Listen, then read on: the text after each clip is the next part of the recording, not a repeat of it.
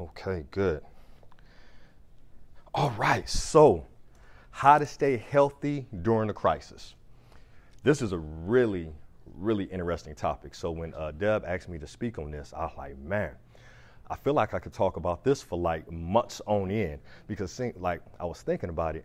What exactly is a crisis? So as I was coming over here and thinking about it over the weekend.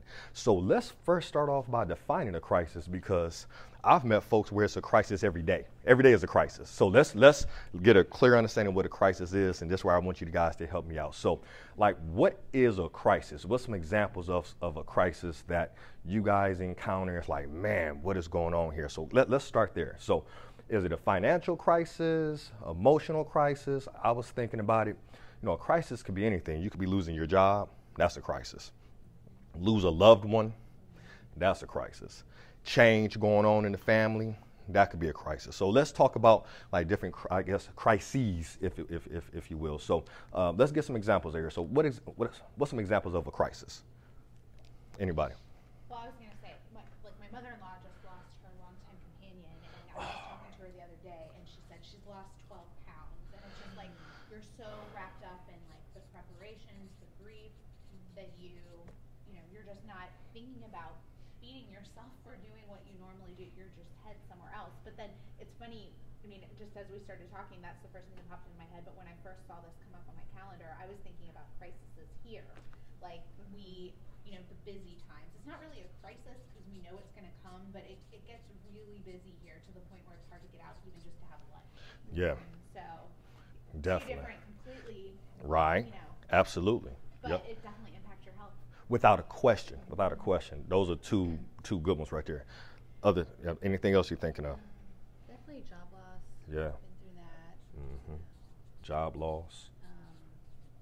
And then the financial stress that comes with that. Gosh. Yep. Those are good.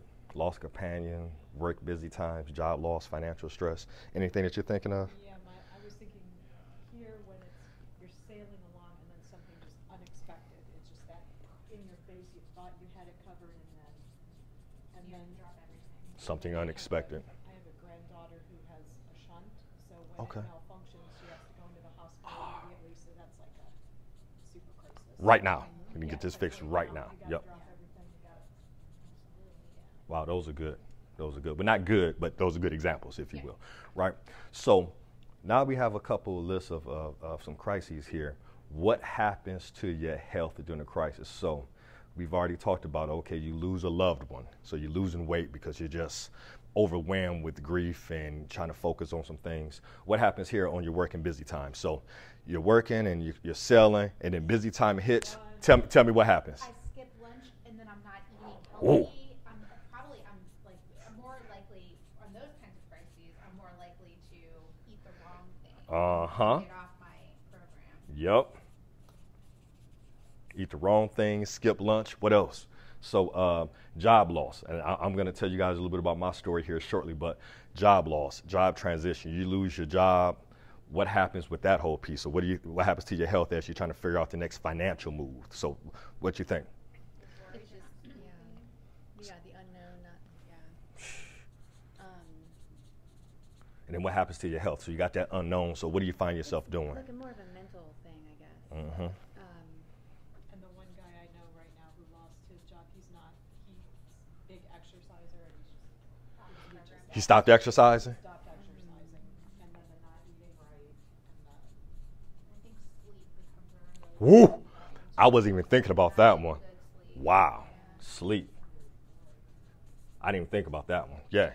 Those are all really good. So now that we've kind of identified some different crises and we know what happens to your health. So you're skipping lunch, you're eating unhealthy, everything is on the fly, unknown, so you're stressed out, and probably that unknown from a mental health standpoint is going to affect your sleep. I know when I was going through a crisis, it was like, geez, I'm up at 3, 4 o'clock in the morning, mind just racing, trying to figure things out, especially if you're going through your busy times here, mind racing, trying to figure out what the next move is going to be. And then you get out of your norm. So your norm may be exercising or spending time with family or whatever the case may be, and that crisis hit, and you stop doing your norm. right? So I was like, okay, so now that we've identified what those are, let's talk about what we can be doing. So I'm gonna share a story with you guys. So if you ever been in any of my presentations before, the last one I was here, I'm really transparent.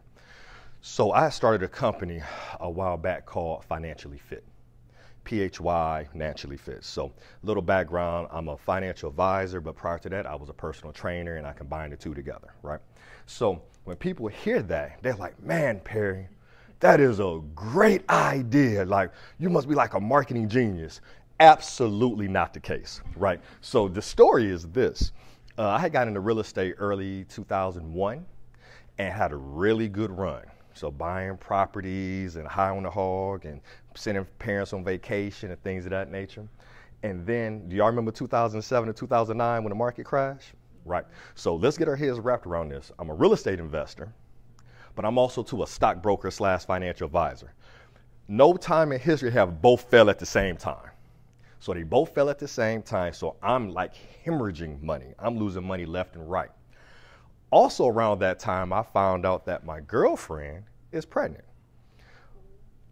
with twins. No. So you talk about crisis mode, right? So it's like, I'm losing property, the market is crashing, my clients are blowing my phone up, what we doing, what's going on with the market, what should we do? I'm like, man, what's going on? I'm losing real estate, baby's coming, not one, but two, and the mother and I don't get along. So, so it's just crisis mode, right? So leading into that, my daughters were born in 2009. Right, so we're still recovering from what was going on in the market. And I mean, I lost everything. So I went from having like a $4 million real estate portfolio to like going to zero. Foreclosures, looking at bankruptcies, just a total mess, right? And also too, because of what was going on with the stock market, I had to change firms. So I went from this firm to a different firm. So now I'm trying to transition clients over, and folks like, well, we don't know what's going on with the market. Maybe we're just gonna stay right here. So my income is probably cut down to with a tenth of what I was used to making, right? And my daughters are born in 2009. The mother and I tried to work it out. It didn't work out. So now I'm in court fighting for custody time with my daughters, right? So I'm broke, I'm in court. And so stress, you talking about stressed out. So how I deal with stress at that time, right? You guys were pretty PG-13 in here. Me, I was drinking heavily, right? You know what I'm saying? So my stress level, so after work, I'm drinking. I had this terrible Black and Mild habit, so I'm smoking Black and Milds, and even when my girlfriend was still living with me, on my way home, I would get anxiety attacks. So I'm parked like right here. I can see the house, and I'm just smoking Black and Milds just to try to get my stress levels down. So you talk about crazy unhealthy, right?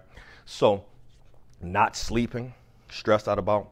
So when I created Financially Fit, it didn't come from a marketing standpoint. It was one day I was sitting in the house and my sister was with me, and she saw me typing frantically, and she's like, "What are you doing?" I showed it to her. I was creating a budget, but with this budget, what I was looking at, I was like, man, so when I was high on the hog and making really good money, eating out every night, Hyde Park, $60 steaks, things of that nature. And I was like, I can't live that lifestyle anymore. So I started looking and seeing where I was spending my money. And when I started looking at that monthly budget, it started making me sick to my stomach. I was like, wow, I'm spending money here. So I was like, I can't control the stock market. I can't control the real estate market. I can't control healthcare, but I can control my own personal economy. I can't control my own personal healthcare.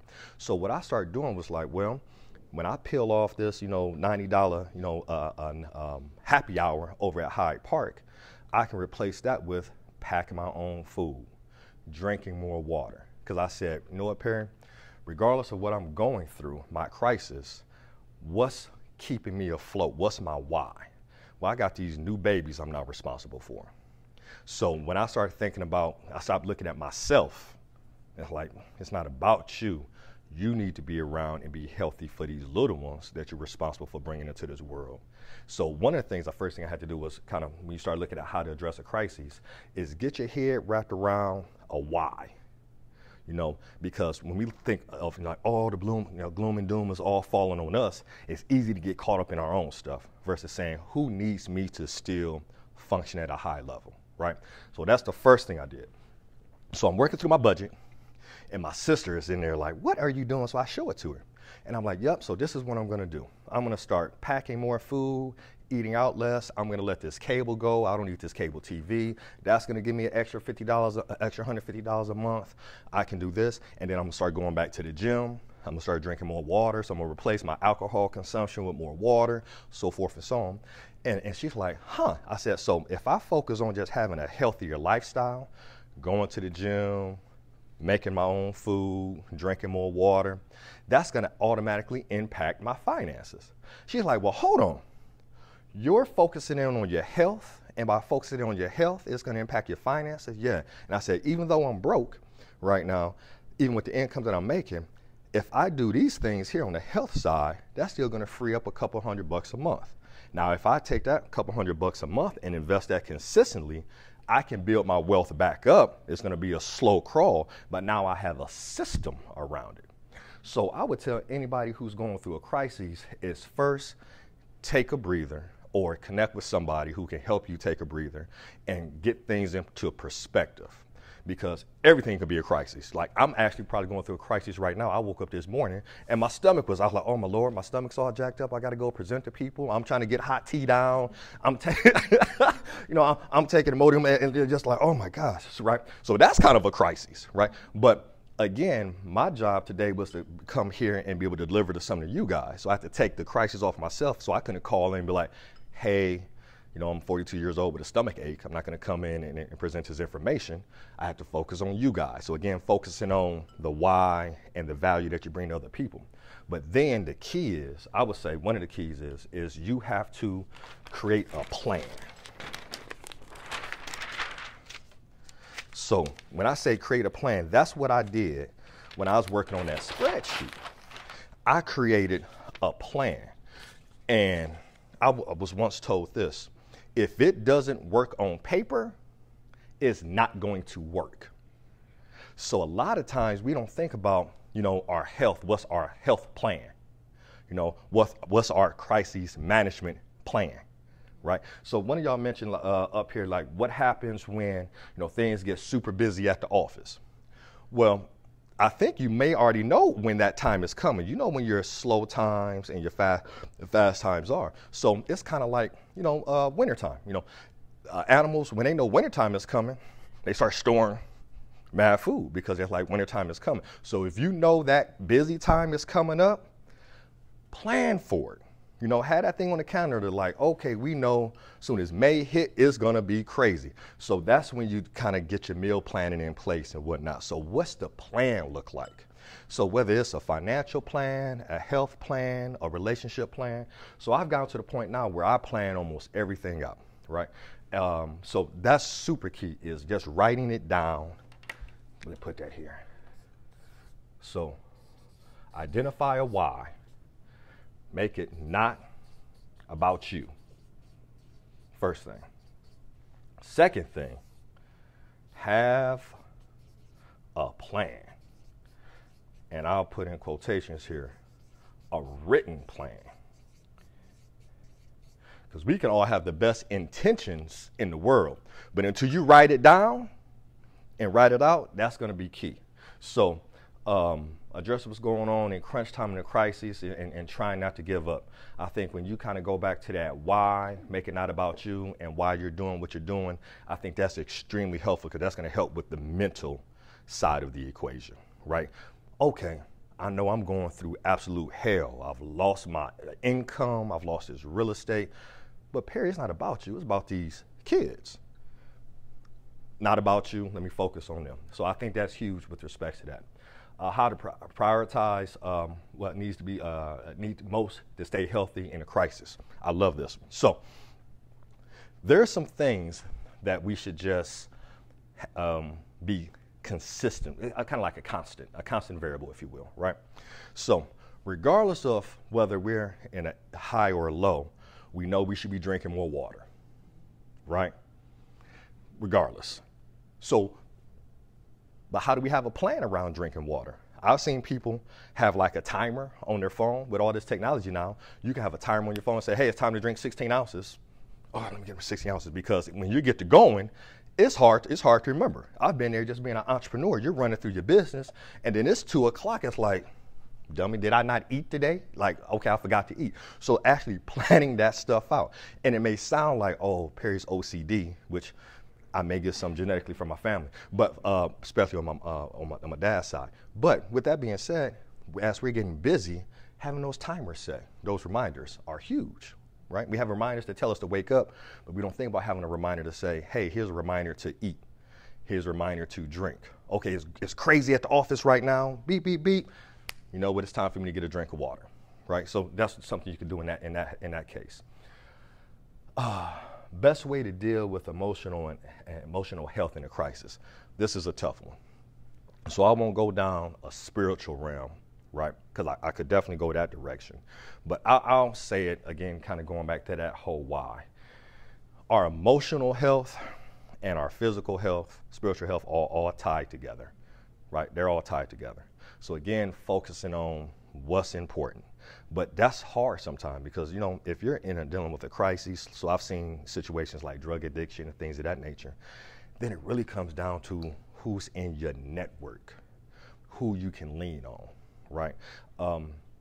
Something I teach through my John Maxwell certification is talking about what's called the law of environment, who you surround yourself with, right? So if you're going through a crisis, you don't need negative Nancy over here who's negative every time. Like, she's negative 370 days a week. You know what I'm saying? 370 days a year, right? We don't need to be around her. We need to be around more positive people, but we have to be intentional about who we're around during that time.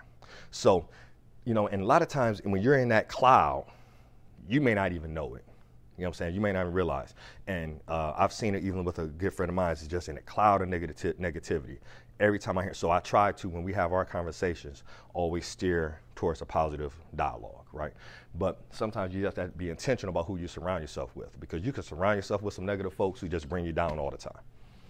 Well, and you said the spiritual thing too.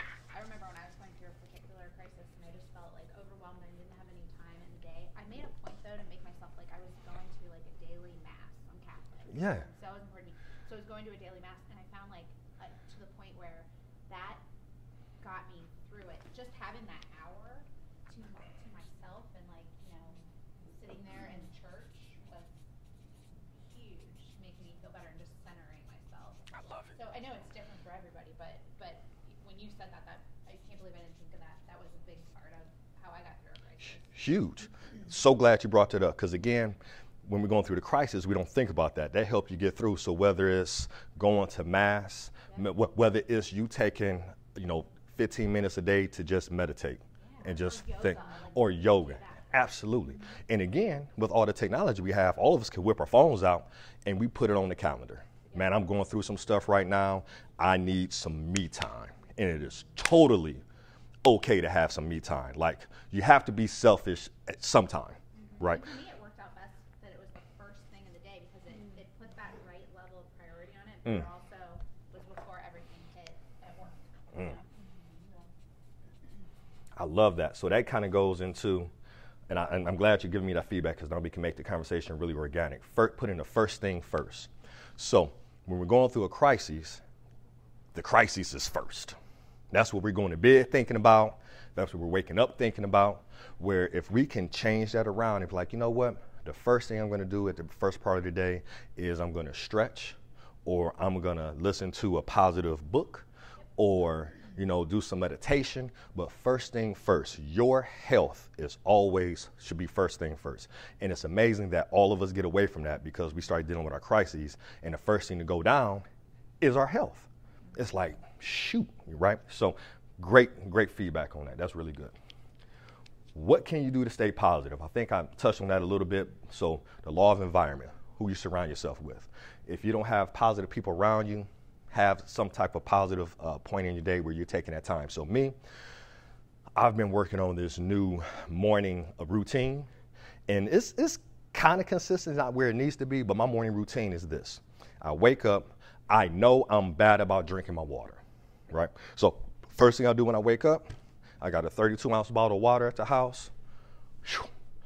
I kill that. Then I go downstairs, I set my timer for 15 minutes, and I'm stretching, which is probably pure comedy. I would love somebody to probably videotape me because I'm out that bad boy, and I'm trying to stretch, and I'm not the most flexible person in the world. But I stretch for 15 minutes, then I do 80 reps of some type of ab exercise, and then I try to do 50 to 100 push-ups. So that's the start of my day. That takes me all of maybe 25 minutes in my day. So if you think about that, that's a small portion of your day. And if I do that, I feel like I've won the rest of the day because I completed that first task of the day. So I've got and then after I finish up with that, I do another 32 ounces of water. So I just guzzle it back. I'm already at half a gallon before the day starts, right? I've already actually exercised before the day starts. And then I add another layer to that is that while I'm doing my 15 minutes of stretching, I like listening to Audible books. So I have my book playing in the background. So it's some type of book on personal growth and success. So I'm listening to that while I'm stretching, right? So that's how I start my day. So, when you think about how to stay positive, find out what you enjoy doing and make sure you do it. And more importantly, put it on the calendar. If it's not on the calendar, more than likely it's not going to happen. What if you're trying to change your perspective and can't shake things off? Again, it's the energy that you put into yourself. So what you're listening to. So if I'm working with a coaching client of mine and they're in a bad place, I can immediately go to, what are you reading? And it's probably going to be like, nothing. So you're not getting positive. Like, who are you talking to? Are you part of any support groups? So somebody who's grieving, being part of a support group, or, being around, identifying those positive friends and telling a friend like, hey, I'm in a bad place right now. So again, that humility side of it. I'm in a bad place right now. I just need some positive energy. And then that friend will probably be like, hey man, shoot, we can talk. You know what I'm saying? We can start our day off with a quick 5-10 minute talk every day just to make sure you're good. So it's being really intentional around, I need some positive energy.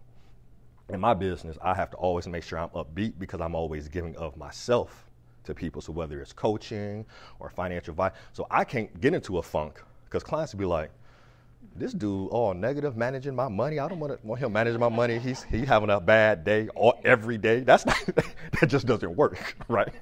So again, what you surround yourself with in your environment. Okay. Easy things to bring and prepare. So looking for like meal planning. So don't overcomplicate health, right? So as humans, our bodies kind of will tell us what we need if we take the time to just listen. And it's not Oreos. Never, at no point in time is your body going to say, I need Oreos. But it may be saying, I need something sweet or I need some carbs. So it may be saying, you're thinking like, man, my body's telling me I just really need that pack of Oreos. So maybe it's a banana. Maybe it's an apple. So don't overcomplicate health. We know we need water, right? So we can get water free just about anywhere. And then when you start looking at your food groups, so I've done a show in the past where a physique show and folks were like, oh my gosh, you look so great and got your abs. And I don't have that anymore because I'm not training for a show. But when you think about meal planning, when people think meal planning, they think, okay, I got to have, And yes, if you're training for a show. If you're not planning to walk on stage half naked, you probably don't need that extreme. If that's not your plan. So with that being said, cook in bulk, right? So if you think about it, we eat in bulk, just spread out over, days and weeks and months, if you will. So cook in bulk. So if you're cooking you're cooking a healthy meal, instead of making a meal for that night, make it for the whole week. And get some Tupperware and boom, you meal plan, right? And you can do that for breakfast, lunch, or dinner. So if you're cooking, I had somebody ask me this question. They said, Perry, man, I just don't have time to meal prep. I'm like, okay, that's fair. I can dig that. I said, so how long does it take you make one chicken breast in a George Foreman? He's like, oh man, about 10, 15 minutes. I said, cool. So how long would it take you to put 8 chicken breasts on the George Foreman? Probably the same 15, maybe a little longer, 20 minutes. Overthinking it. Thinking it has to be this crazy ordeal about, no, just cook more food. That same cup of rice that you made. Well, instead of 1 serving, make 8 servings. and then just partition that bad boy off. You know what I'm saying? Instead of cooking one potato tonight, one sweet potato tonight, let's cook, 6 or 7, cut them in half, and you just meal prep, right? And it's going to be better than that crazy stuff that we're going to get out doing the fast food piece. And after you have a partition out, it's a grab and go. So if you know if you know this is our busy time at the office, Tupperware, boom, go. Alarm set. I need to eat. I need to eat at 11:30. Beep, beep, beep. Hey, y'all got to eat real quick. You can still do the meeting and still get your eat in, right? So it's just thinking, making it simple. Don't make it, we all try to complicate things. Make it super, super simple. If you're cooking already, just make more food and you've meal prep. So all of that, you got to have X, Y, Z. Yeah, that's fine if you're about to do a show. If you're not doing a show, make good food, because whatever you make at the house, more than likely, is going to be healthier than we're going to buy fast food anyway, right? Okay, cool.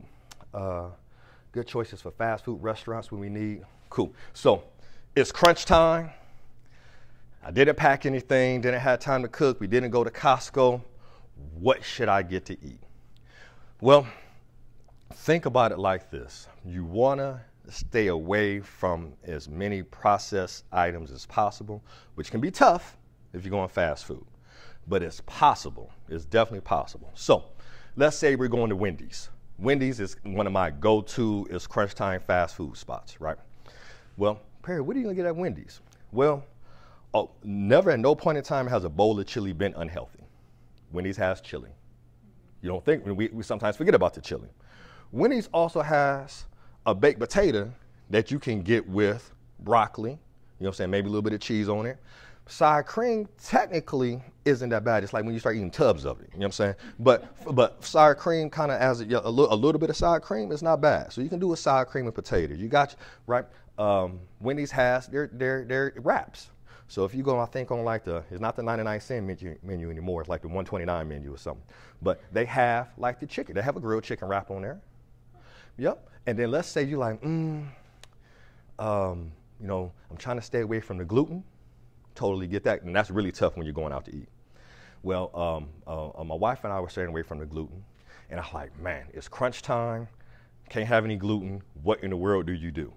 Well, what you do is you go to Wendy's or any restaurant for that matter and say, hey, I want that junior bacon cheeseburger with no bun. Just give me some extra lettuce. Just because it's a burger don't mean it has to go between a bun. And they give it to you that way? Yep. So they'll get so literally they'll give it to you. It's kind of funny. They'll give it to you in like their salad like deal. Yep. Good to go. And if you want to be fancy with it, you can knife and fork it. So you can get it done. You just have to kind of think about, what is it that I want to have? If I want to stay away from the crazy breads and the stuff that's filling, you can go there so you can get your wraps. Your chilies are good. So just to kind of give an example, same way you can do that at Subway. You can do that at Burger King, right? So it's just you have to kind of go in knowing like, okay, I'm trying to stay away from the fried stuff, stay away from here. Yep. So in the crunch, those are things that you can do. Yep. Okay.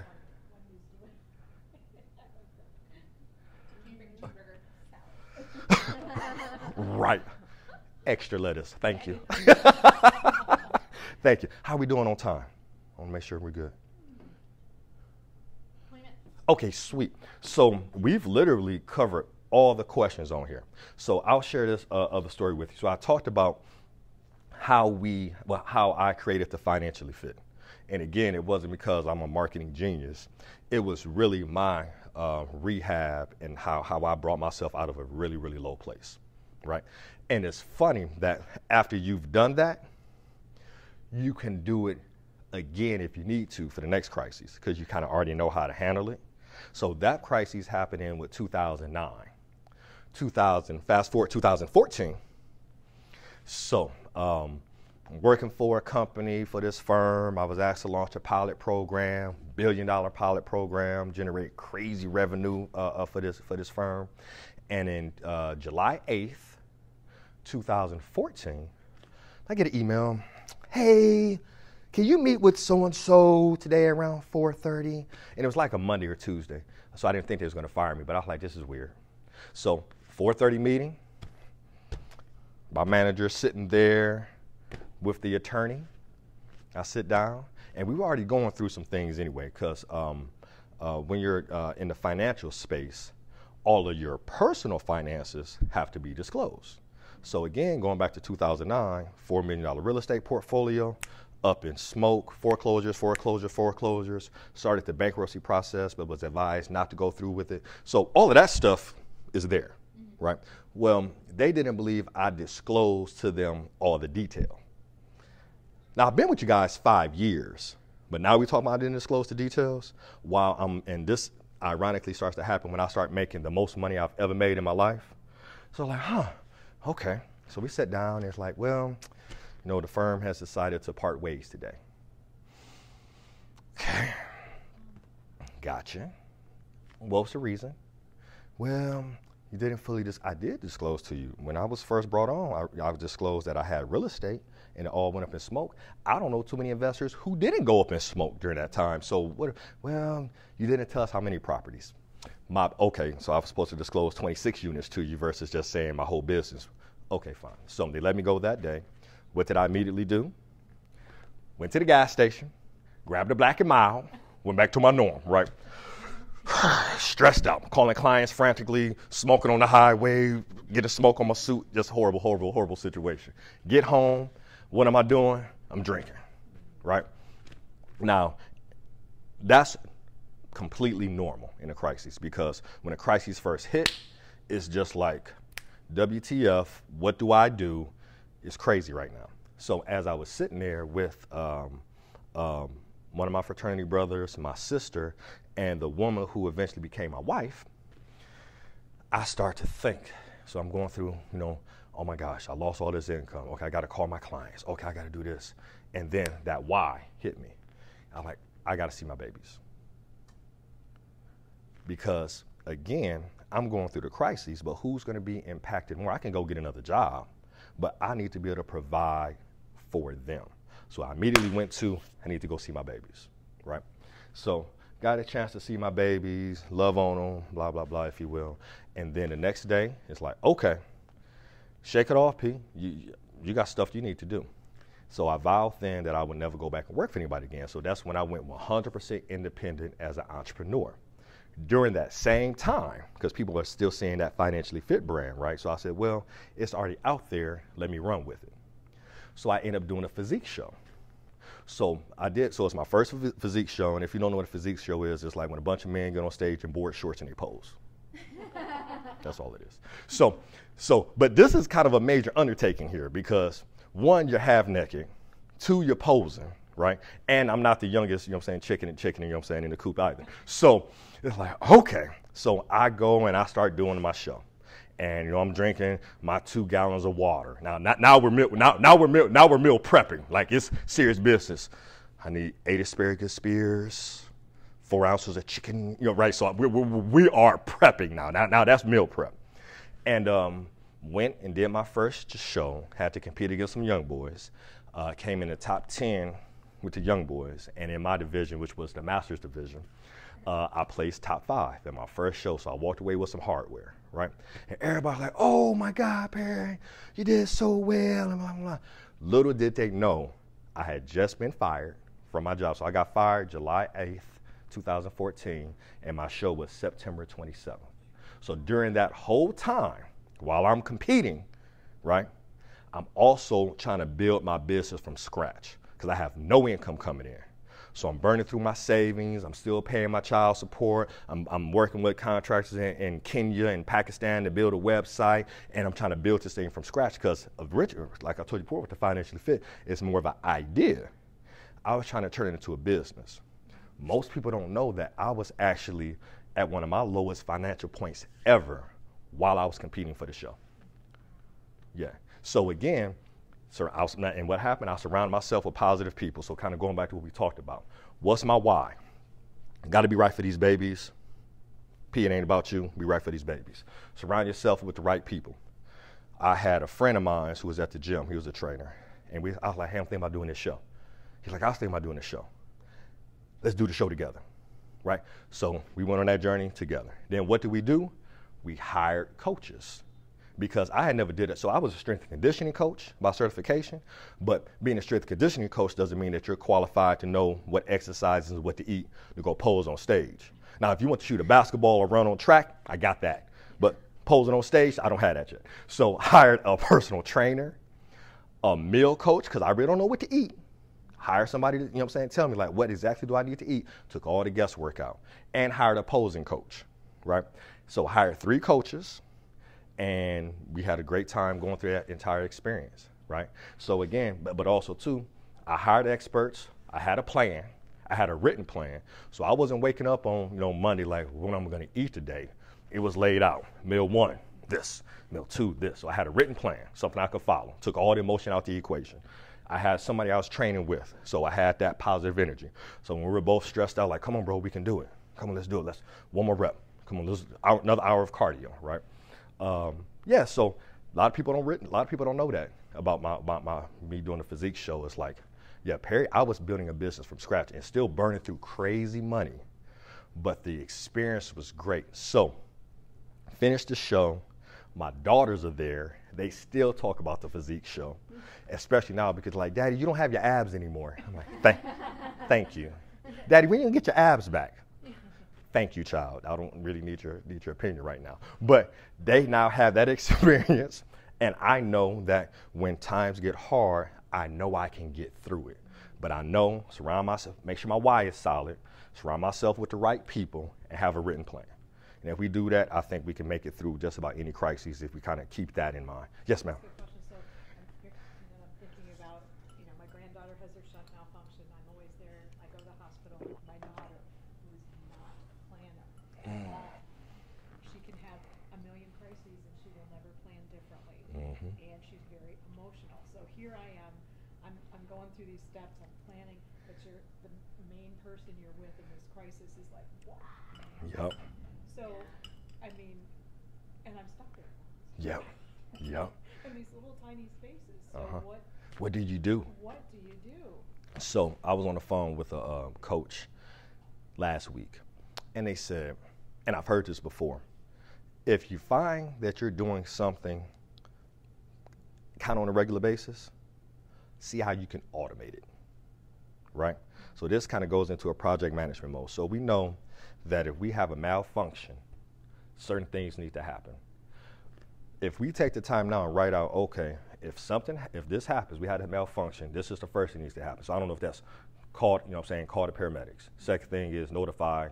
Third thing is, I don't know what that looks like, but if it's already written out, it takes the emotion out of it. Because when it's like, right? It's like, whoa. So exactly, we've been through this before. Unfortunately, we've been through it before. So if we've been through it before, we know we need to go step 1, this, step 2, this, and then have it documented, and it's like a manual. So it's your crises management manual. Yep. Here we go. What happened? Boom, let's go. Okay, right, call that, right. No, 2, call. That's how you take care of that. Okay. Yep. But at least I think that's a good place to start. Yeah. Yep. Well, I know one thing she wouldn't do is she wouldn't have a go bag. So I have this massive go bag packed so that we've got water, we've got snacks, we've got toys, we've got. Exactly. So that's one piece. That's one piece of. Right? It means like what are the steps that you have to do? Yep, and that's exactly it right there. So you were already doing it unintentionally. Now it's just kind of being intentional with it. So you already knew like, okay, if this happens, we need to have the emergency go bag. Right. But what's the other steps that needs to go along with that go bag? Write it down. We keep it on the refrigerator, keep it in the emergency drawer, wherever. So it's like, okay, go time. Nope. Step 1, did it. Check it off. It takes the emotion out the equation. I like that, taking the emotion out. Yeah. That's kind of what we need to do. Yep. Because that's what happens to all of us. You know what I'm saying? I don't care who you are. When it gets crazy and emotions get involved, then you start making the worst decisions. They say, never make major decisions when you're emotional. And if we already, and especially things that we know are going to happen, like the busy times here, like you're going to have some, now granted, you're going to have some stuff that just hits you, blindsides you, like, yo, what just happened, right? But if we already know, well, this is how we usually handle this crisis before, go back to that. Put it in a plastic Yep, be good to go. Everything go back. Yep, absolutely. Cool. Well, group, that's all I have. Y'all have any other questions? This is good. That was good? Yeah. I know it was super quick. You have I- packed a Yeah. lot of good info. Okay, please. Uh-huh. Maybe just one last. Yeah. So when you're going through a crisis, and maybe even like a health crisis, Right. a combination of things. Yep. And it's affecting your health, and then you do make a stand saying, okay, husband or wife, I need to do this. I need space. I need Yeah. time. I need alone time. Yep. Me time. Or boss, Mhm. like I can't take this much work anymore. Overload. Yeah. So, any suggestions for those people that you have responsibility to Yeah. dealing with them? That's a really, really good question. So you have responsibilities, we overload, we're overwhelmed right now. What do we do? So this happened to me here recently. So I'll use this example first. So I was overwhelmed. I was looking at rebranding my company and doing some things. And I went to my wife and it's like, yo, I need just some time off. I love you and the girls, but I need some thinking time. I'm looking to evolve the business. I need that downtime. If you research most successful CEOs, they all do this. So whether it's once a quarter, whatnot. So I had read that before. So my wife was like, okay. She said, well, how about we send you to a hotel, you know what I'm saying, for a long weekend. So I pack my little bags and I go down to, I think, the Hyatt downtown. And so I'm in Columbus, right? But I'm in the room. So I was working out leisurely. I was sleeping. I could get my thoughts together. I was taking notes.